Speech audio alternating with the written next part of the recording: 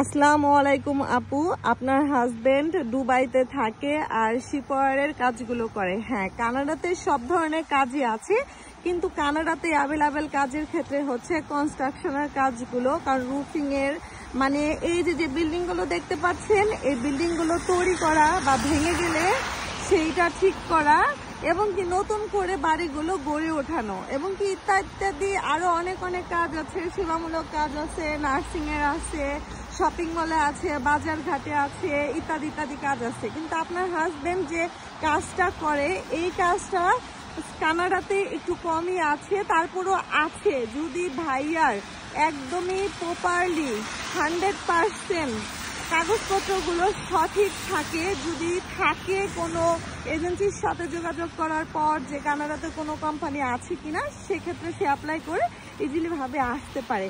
আর সবসময় চিন্তা করবেন যখন অ্যাপ্লাই করবেন সঠিক সিদ্ধান্ত নিয়ে সুন্দর করে সবগুলো একদম দেখে চেকে মেকে তারপর আপনার অ্যাপ্লাই করার চেষ্টা করবেন আপু। তো উত্তরটা অবশ্যই পেয়ে গিয়েছেন। অন্য একটা ভিডিওতে কথা বলে আল্লাহ হাফিজ।